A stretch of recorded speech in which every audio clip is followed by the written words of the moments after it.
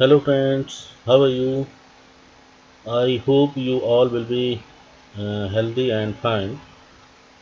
Now I would like welcome to you all on my YouTube channel. Friend, today my topic is keep on. Today I will clarify this topic uh, thoroughly and so please keep watching this video up to the end until it should be finished. So let's begin the video without wasting time. तो my first topic is keep on और इसका हिंदी जो meaning होता है उगता रहता है या ती रहती है, ऐसे सेंस निकलते हैं। तो आइए इसका स्ट्रक्चर देख लेते हैं। स्ट्रक्चर है इसका, इसमें सबसे पहले सब्जेक्ट का प्रयोग करेंगे, उसके बाद कीप का प्रयोग करेंगे या कीप्स का प्रयोग करेंगे और कीप ऑन का, जैसा कि मैंने आपको स्टार्टिंग में बताया, कीप्स ऑन या कीप ऑन का प्रयोग करेंगे। उसके बाद वर्ब की फोर्थ फॉर्म अर्थात वर्ब में आईएनजी फॉर्म का प्रयोग करेंगे, इसको जिरंड फॉर्म भी बोलते हैं। उसके बाद ऑब्जेक्ट या अदर वर्ड है तो उसका प्रयोग करेंगे। यहाँ पे मैं आपको बता दूँ कि सब्जेक्ट अगर ही सी इट है तो उसके साथ हम कीप्स का प्रयोग करेंगे, क्योंकि ये प्रेजेंट इंडेफिनिट टेंस का रूल है कि ही सी इट के साथ एस या एस का प्रयोग करते हैं और आई बी यू दे के साथ कीप का प्रयोग करेंगे। तो आइए सेंटेंस देखते हैं।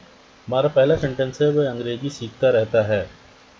तो इसका जो ट्रांसलेशन है, he keeps on learning English. अब यहाँ पर देखिए ही के साथ कीप में एस का प्रयोग किया गया है, जो कि प्रेजेंट इंडेफिनिट टेंस में प्रयोग किया जाता है। और ये इस सेंटेंस में जो वर्ब की आईएनजी फॉर्म है वो कार्य को जारी रखना प्रदर्शित करता है। तो आइए दूसरा देखते हैं। दूसरा है तुम मैदान में खेलते रहते हो।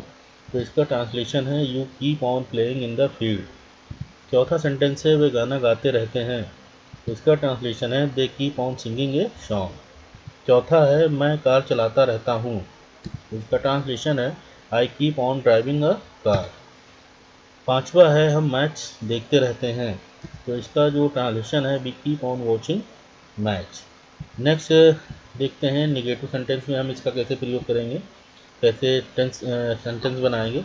तो निगेटिव में हम इसमें सब्जेक्ट लिखेंगे स्ट्रक्चर में, उसके बाद according to subject I we you they के साथ डू का प्रयोग करेंगे और ही सी इट के साथ डज का प्रयोग करेंगे। और निगेटिव है तो उसमें नॉट का प्रयोग होगा ही। उसके बाद कीप ऑन का प्रयोग करेंगे। उसके बाद वर्ब के साथ आईएनजी फॉर्म यानी वर्ब फोर का प्रयोग करेंगे, ऑब्जेक्ट का प्रयोग करेंगे और यदि अदर वर्ड है तो उसका प्रयोग करेंगे। तो आइए सेंटेंस देखते हैं। सेंटेंस है हमारा वह अंग्रेजी नहीं सीखता रहता है। तो इसका जो ट्रांसलेशन है he does not keep on learning English. Next है तुम मैदान में नहीं खेलते रहते हो। तो इसका जो ट्रांसलेशन है you do not keep on playing in the field. अब मैं यहाँ पर आपको ये बताना चाहूँगा दोस्तों, इसका जैसे ही डज नॉट है तो इसमें डज नॉट का एक कॉन्ट्रैक्टेड फॉर्म होता है जिसको डजेंट बोलते हैं शॉर्टकट, वो भी लिखा जा सकता है। और यहाँ पे उसी तरह डू का भी कॉन्ट्रैक्टेड फॉर्म डोंट का प्रयोग किया जाता है। तो आइए इसमें तीसरा है हमारा वे गाना नहीं गाते रहते हैं। तो इसका जो ट्रांसलेशन है they do not keep on singing a song. चौथा है मैं कार नहीं चलाता रहता हूँ। तो इसका है I do not keep on driving a car. पांचवा है हम मैच नहीं देखते रहते हैं। तो इसका ट्रांसलेशन है do not keep on watching match.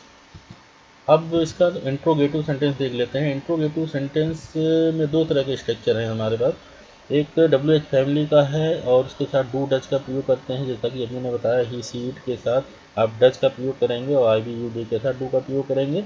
उसके बाद सब्जेक्ट है, उसके बाद कीप ऑन है, उसके बाद वर्ब की फोर्थ फॉर्म जिरंड फॉर्म है, उसके बाद ऑब्जेक्ट है या अदर वर्ड का प्रयोग करेंगे। उसी प्रकार जो दूसरा हमारा स्ट्रक्चर बनेगा उसमें हिंदी वाक्य में क्या जैसे शब्द ये बाहर स्टार्टिंग होंगे ऐसे हिंदी वाक्य, उनके लिए हम डू या डच का प्रयोग करेंगे।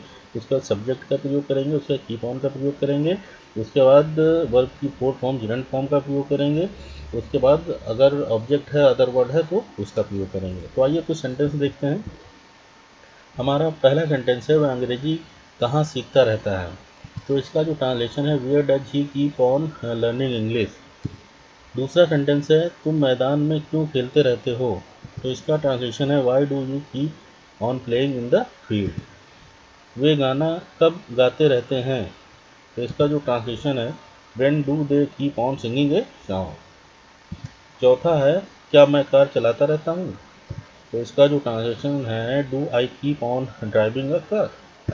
पांचवा है, क्या हम मैच देखते रहते हैं?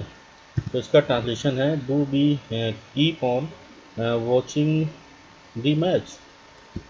दोस्तों, अगर आपको वीडियो अच्छी लगी हो तो प्लीज़ इसको लाइक कीजिए, शेयर कीजिए और सब्सक्राइब ज़रूर कर दीजिए और बेल आइकन को प्रेस कर दीजिए ताकि मैं कोई नई वीडियो अपलोड करूं तो उसका नोटिफिकेशन आपको समय पर मिल जाए और आप उसका लाभ उठा सकें। तो keep watching, keep learning and keep practising, have fun.